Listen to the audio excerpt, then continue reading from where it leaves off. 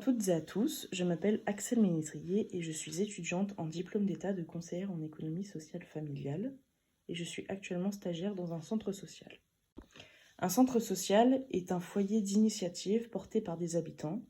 Ces derniers sont appuyés par des professionnels capables de définir et de mettre en œuvre un projet de développement social pour l'ensemble de la population d'un territoire. Pour citer les missions d'un centre social, j'ai décidé de citer la Caisse nationale des allocations familiales, donc la CNAF, qui est le financeur des centres sociaux. La Caisse nationale des allocations familiales définit 4 missions dans un centre social. Donc, le centre social assure une fonction d'animation globale et locale. Celle-ci nécessite de juxtaposer des activités et des services. Ces derniers doivent être en cohérence avec le projet de la structure.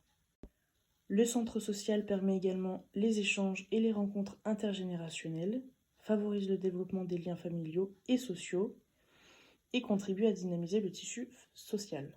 C'est un lieu d'animation de la vie sociale. En effet, il doit susciter la participation des habitants à la définition des besoins, à l'animation locale et aux prises de décision les concernant.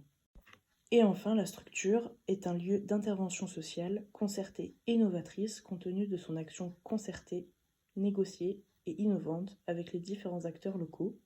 Il contribue au développement du partenariat. Au sein des centres sociaux, on retrouve différents acteurs tels que les bénévoles, les habitants, des salariés. Donc le plus souvent, il s'agit d'une directrice ou d'un directeur, d'agents d'accueil et une référente famille. On peut y retrouver également les partenaires. Les partenaires des centres sociaux sont essentiels pour répondre à l'ensemble des problématiques sociales rencontrées sur le territoire. Les centres sociaux assurent un maillage et de nombreux partenariats dans divers domaines, tels que la santé, la protection du consommateur, assurer la parentalité, prévenir des addictions, lutter contre le isolement et plein d'autres encore. Le public accueilli par les centres sociaux sont divers.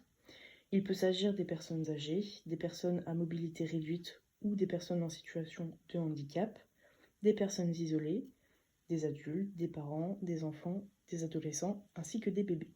Les missions des centres sociaux sont diverses. Ce sont des lieux de ressources ainsi que des outils d'expression citoyenne. Ils mobilisent et impliquent les habitants dans la vie du centre social et de la ville. Ils confrontent les compétences et les savoir-être et fait émerger des initiatives favorisant le développement et l'épanouissement personnel. Ils facilitent l'accès aux droits et aux activités des habitants. Ils sont également des acteurs indispensables au développement social local, le DSL.